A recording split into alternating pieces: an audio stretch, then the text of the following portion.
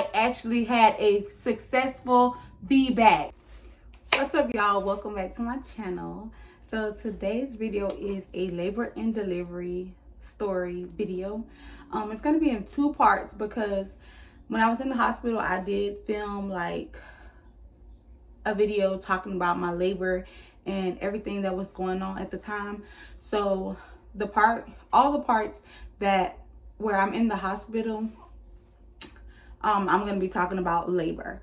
So, and then I'm going to come back and tell you guys about the whole delivery process and everything else that I didn't mention in the hospital. I'm going to mention it here. So make sure you watch the full video. But before we begin, make sure you subscribe to my channel because I've been getting a lot of people watching my videos but are not subscribing. So please, you guys, help this girl out and subscribe to my channel, and also like this video and like my videos so that we can bring more traffic in because your girl needs help. But without further ado, let's get right into the video. Good morning, y'all. So it's actually the next day after I took the Midwives Brew. Immediately after I took it, I started getting Braxton Hicks contractions, but then like 30 minutes, like to an hour later, I started getting real contractions. And they were 5 to 7 minutes apart. I monitored them on my app. I'll put a screenshot on the screen so y'all can see. I monitored them on the app before coming to the hospital, and then once they got bad, I let my family know that I was having contractions, and then I came to the hospital. When I got here, I was still having contractions. They were 3 minutes apart. No, they were 5 minutes apart. When they checked my vitals, my pressure was high, so they admitted me. Which I don't see why they wouldn't have admitted me even when I was having contractions, but hey, whatever. So I've been here since yesterday around maybe 5 or 6. I came here.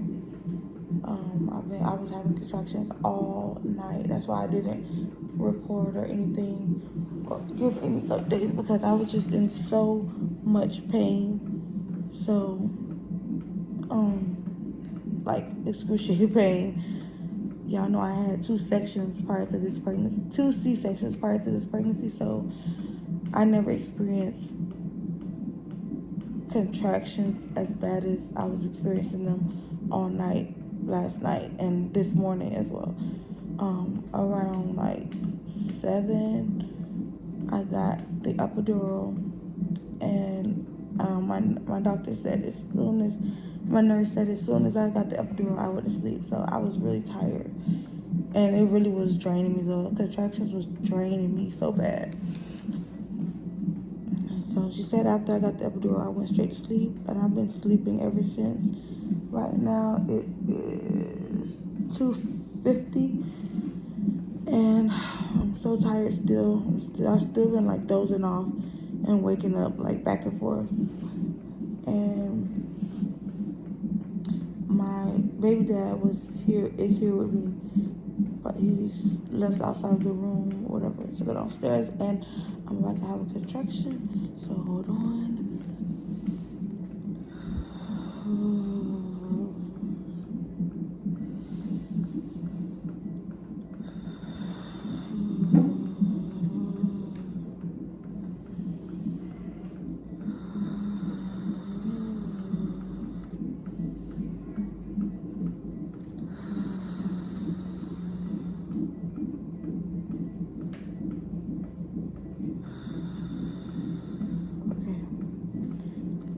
Because I have the epidural hooked up, which is right here, and then I have this little, where is it at?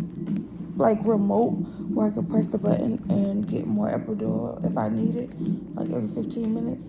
But I've only pressed it so far one time because I just started feeling the contractions again. But because I have the epidural and it's not as bad as it was last night, so I could take it, I can handle it. I don't want to take too much epidural, so if I can handle the pain, I'm gonna handle it and not, put more epidural in my IV. So And the epidural IV is actually in my back, not on my arms. So these are for, first of all, I had the strep B test done, and that was positive, so I had to get medication in my IV for that. And then also, last night, my nurse that was on call was giving me medication for contractions before I asked for the epidural, because I didn't want to get the epidural too early. And that was making me feel like so drunk or high. She gave me 2 doses because I asked for it, but after the second one, I was like, I don't want to feel like this no more. So I was just taking the pain, but after a while, like 10 minutes after I told her that, I was like, no, I need the epidural. But then she put this bag up here, the bag right there, and she was like, I have to wait until it gets halfway empty.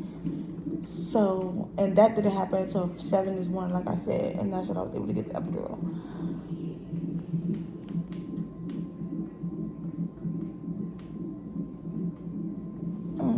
But I'm okay now. I'm feeling okay. I'm over here eating ice and drinking ice water. So yeah, I'll try to keep. When they checked if I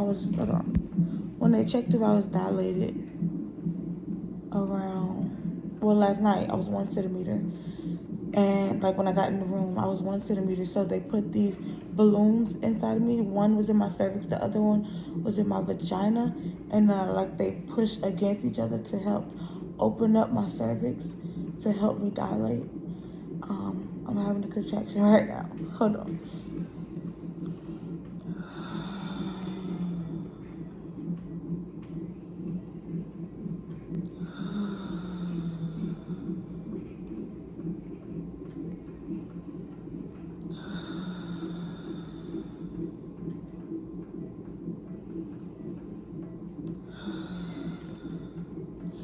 Trust me when I say, hold on.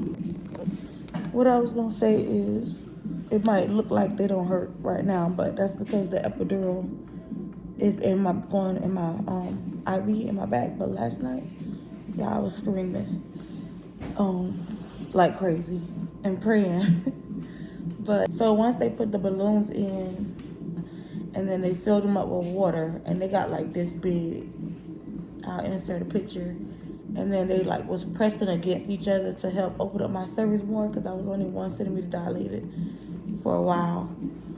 And then once they put that in there, the contractions got way worse than what they was before. And then this morning when they checked me around like 6 maybe, I don't know, I was dilated 4 centimeters, but then I was dilated 4 centimeters for a while. So then they gave me the Pitocin, and after that, and I'm getting Pitocin little by little through my IV. So after that, now I'm dilated 5 centimeters.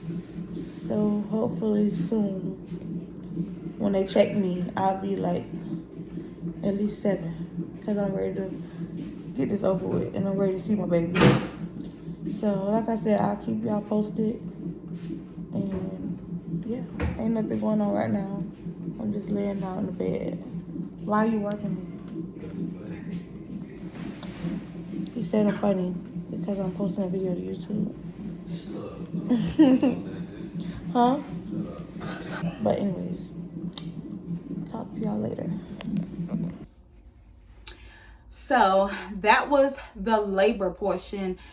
Now I'm going to talk about some things that I realized that I didn't bring up in the hospital, and then I'm going to talk about the delivery process. So as y'all know, or as some of you may know, I have been wanting to do a Vbac since my second pregnancy. I was determined to do a Vbac, but at the time when I was during my second pregnancy, the doctor had said that the baby's fluid was low in the amniotic sac, so I had to get an emergency C-section, which I didn't understand that, but he's a doctor, I'm not, he's licensed, I'm not, so I just went with it. But come to find out, my new doctor was like, he could have induced you, but it's okay. Whatever, it is what it is. So this time I was determined, okay, to get a VBAC. I have watched so many videos. I have read so many articles. I have educated myself basically on VBACs, teaching myself, you know, what I can have and what I can't have, exercises that I can do to help with labor, help stretch my cervix and everything. I've been doing a lot of research, like a whole lot of research the whole pregnancy, because like I said, I have been wanting to do a VBAC for forever. So I was determined. I went and I did take the Midwives Brew, and as you can see, it worked. It worked. And I was so happy because I didn't think it was going to work for me, because I don't know why I didn't think it did. I just didn't think it did. It would, but it worked immediately. So I waited like an hour and a half, 2 hours before I went to the hospital. I continued to count my contractions and make sure they were close enough apart before I went to the hospital. But then when I got to the hospital, they said that my pressure was high, so they admitted me. I don't know if they were going to turn me around or not, which I don't see why, if I was 38 weeks and I came in having contractions, like I came in labor. But they told me that they were admitting me because my pressure was high. So I got admitted and they put me in my room. Like I said, I got the Foley balloons put in, and immediately after they put those in, like my contractions got worse. Like at first it started out feeling like cramps, but then later, like a few minutes later, like it was just contractions like every 3-4 minutes. Like they were coming so fast, back to back to back to back, and it was no breaks in between. I was thinking, like, why the heck the epidural is not working? Like I thought the epidural was supposed to stop the pain, but it was not working, and I didn't get it.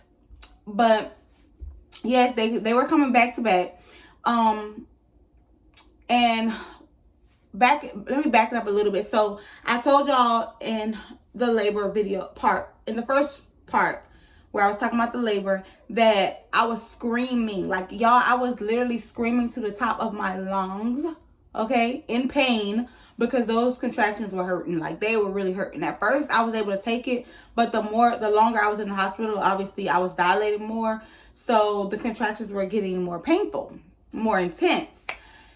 So at that time, the next morning, right after I got the epidural, I ended up getting a new nurse. So they had changed shifts.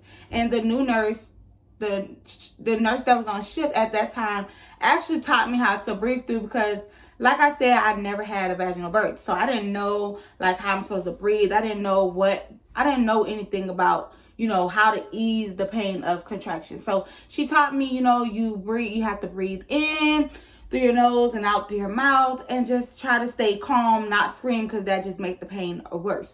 So I started doing that. Of course, to me, I don't feel like it made the pain any better, but it was okay. So I just tried to make sure I do exactly what she said, and she actually helped me out a lot. Like, that was my best nurse since I was in the hospital. The whole time I was in the hospital, like, she was the best nurse. Her name was Nurse Ming. She was an Asian lady or Korean lady, and she helped me out a whole lot. Like, she would comfort me, she would rub me every time I had a contraction. You know, she really helped me out a lot. And it was like I was having a contraction, like I was dilating every few minutes, like every 30 minutes. So finally, after I hit about 5 or 6 centimeters, after that, it's like I got to 10 centimeters dilated within an hour, literally.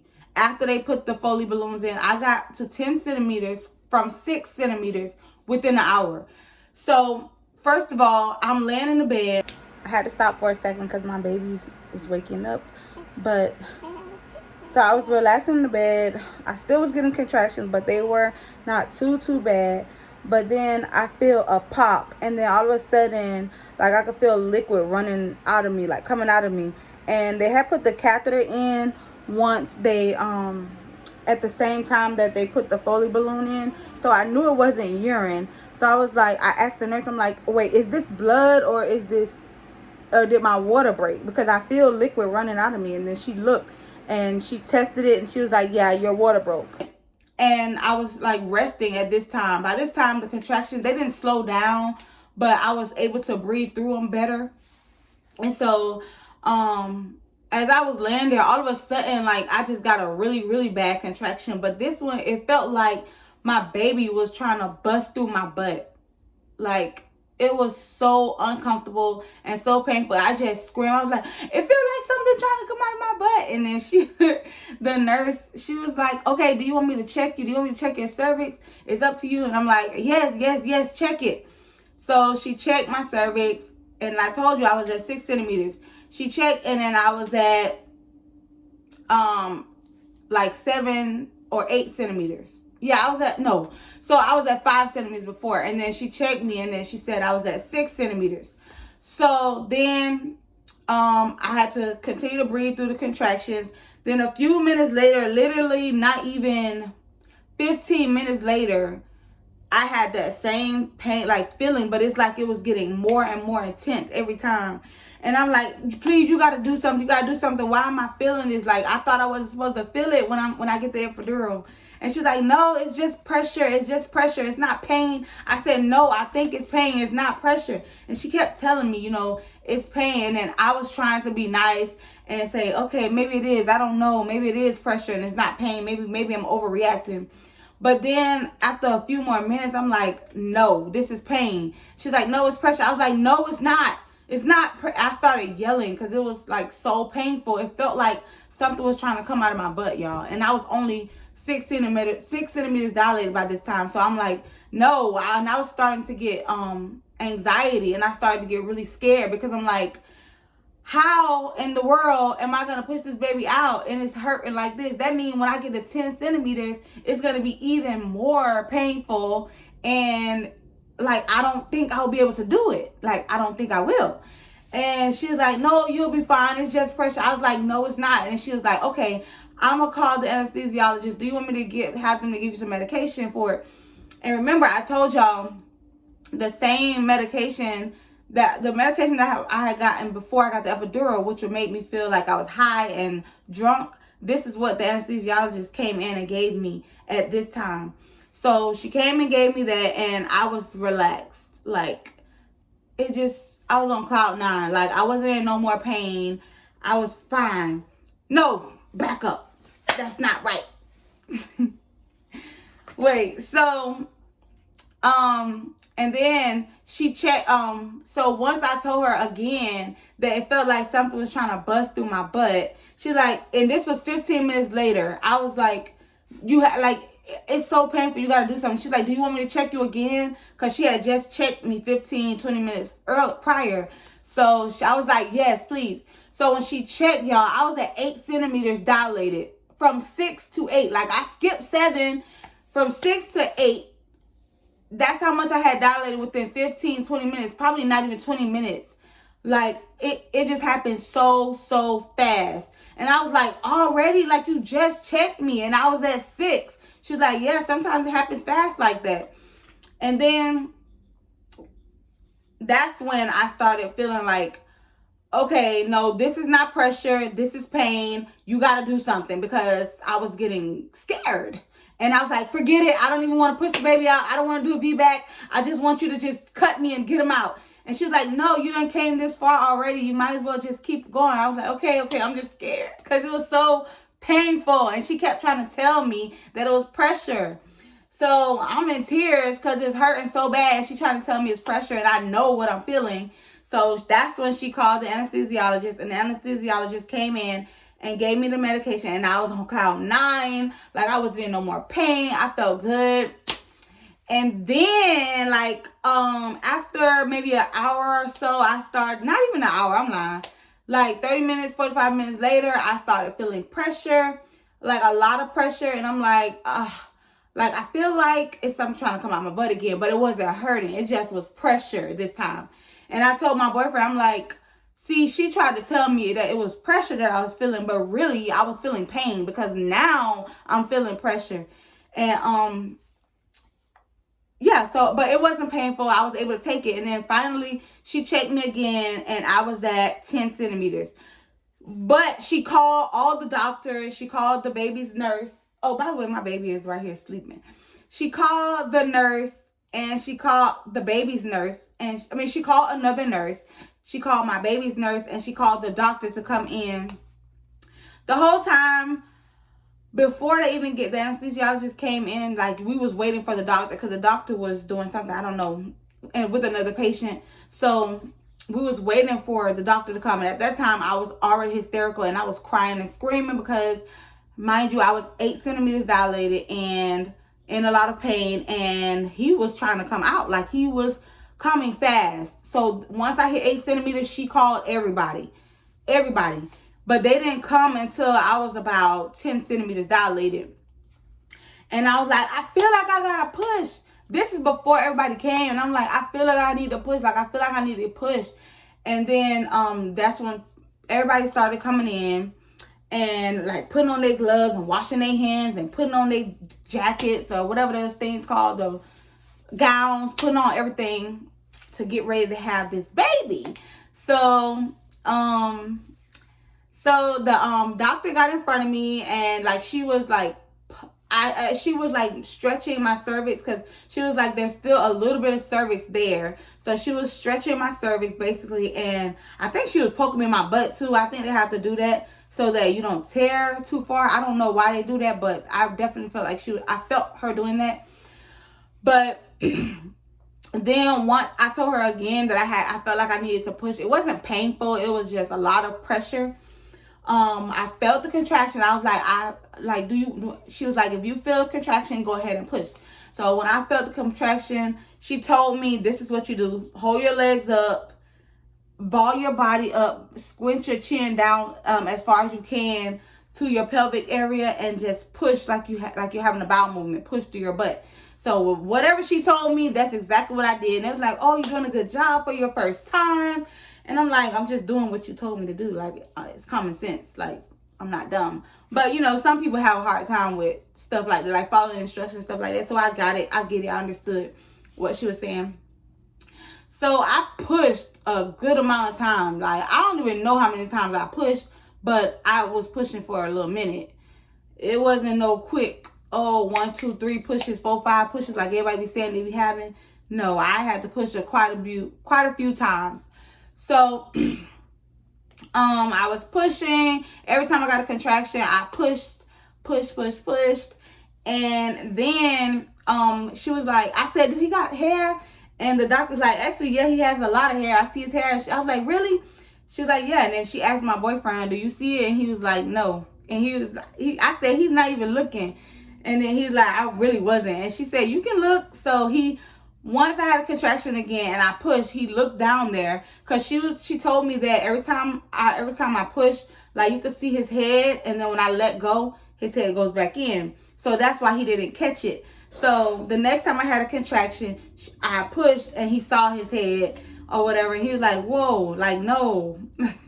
And then so he finally saw it, and then after that he just kept looking. And then once I got to, like, his head, y'all, hold on. His head, like, after his head came through my vagina, and it was, like, stuck there between the hole, like, and I was like, no, he can't just sit there. That's uncomfortable, because she told me she was like, okay, you can stop pushing. I was like, no, I got to keep pushing, because it was so uncomfortable for me to have his head just sitting there in between my vagina like that, holding it open. Like, I felt that was, like, it was very uncomfortable. I won't say it was painful, but it was really uncomfortable. And so I was like, no, I gotta finish it and push. She's like, okay, go ahead. So I pushed like 3 times once his head was there. And the third time, like, I gave a really, really, really big push, and his head came out. And I was like, oh, like, as soon as his head came out, literally my whole body relaxed, and his whole body came out, and I felt his body come out, but it wasn't painful like with his head coming out. So I was like, oh my God, like, I was like, oh my, I started crying, and I was like, thank you, Jesus, I did it. That was literally my first words, because I was like so elated and so happy, and I felt so accomplished that I actually had a successful Vbac. Like, I was so happy, and I was crying tears of joy. Like, I was so happy. And then once the baby's nurse took him to go clean him off and all that stuff, she brought him, no, they put him on my chest first. And I was like, oh my gosh, I did it. Like, I'm so happy. And then when I said that, it was like, yeah, you did it. My boyfriend, yeah, you did it, baby. Like, you did it. And I'm like, yeah, I was so happy, y'all. Like, I was so happy because I really wanted to do a Vbac. I was like, before, I'm like, you know, why can't I have a vaginal birth? Like, this is what God made our bodies to do. How come I have to keep having C-sections? I want a vaginal birth. Like, I really want to experience this. And some people were like, no, you're going to have another C-section, girl. Watch, you're going to have a C-section. And I'm like, no, I'm not. Thank you, God. But no, I'm not. Like, you think you're God, but you're really not. I'm not having another C-section. I'm going to have me a vaginal birth. And I was so determined. And I did my research. I'm going to talk about that later. But I did my research, and I'm so thankful and so happy. And I was happy that I did it. And it just felt so good. And to this day, it's been 2 weeks, and to this day, I still think about it, like, oh my God, I can't believe I actually did it, y'all. Like, I did it. I did it. I put my mind to it, and I did it. Like, period. But yes, and then they took the baby off of me, and then I had I tore my cervix a little bit. So I got 3 stitches, 1 underneath my clitoris, or 2 underneath my clitoris, and 1 on my cervix. And then they had me to push the amniotic sac out. I did that, and that wasn't painful. It felt uncomfortable because I just pushed out the baby, but it wasn't painful at all. And I only had to push 1 time and it came out. But yes, and then, yeah, that was my story. And I'm so happy. And yes. And now my baby is waking up. So, one thing I want to say is, if you want to have a Vbac, make sure you do your research. If you had 2 C-sections before, make sure you do your research. Make sure you do everything possible. Anything that you feel like you can do to make yourself have a successful Vbac, make sure you do it. Make sure you keep negative-minded people out of your ears. Make sure you don't tell too many people that you want to have a Vbac. Just do it without telling nobody, because some people probably can't handle people being negative towards them about stuff, especially something like this. Some people probably can't handle it. I'm strong-minded and strong-willed, so I was just like, yeah, whatever. I'm going to have a Vbac. And I was determined to do it. But I'm not going to lie, I did cry one time because I thought the doctor was telling me that I wasn't going to have one. But I had to call mom and talk to my mom. But then after I got the phone with my mom, I was like, what am I crying for? Like, I'm having a Vbac. I don't even know why I was sitting there crying like that. But just keep negativity out of your ears, and actually just don't even tell nobody that that's something you want to do. Just do it and then tell them after the fact. Because like I said, some people just cannot handle negative comments. So yes, I'm going to show you guys my baby, and then we're going to cut this video, and I'm going to go ahead and edit it and upload it. Make sure you thumbs up this video, and make sure to subscribe. And also, if you did have a Vbac and you don't mind sharing your story, please leave a comment down below and let's chit chat, start up a conversation. I would love to hear it. So let me go get the baby, and we're gonna get on out of here. So here is my baby boy. His name is Demir Cortez. Say hi. Say hi, baby.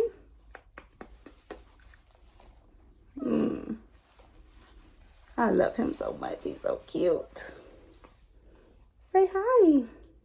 Say subscribe to my mommy's channel. Subscribe to my mommy's channel. All right, y'all. I'm going to go feed my baby now, and I'll talk to y'all later. Bye.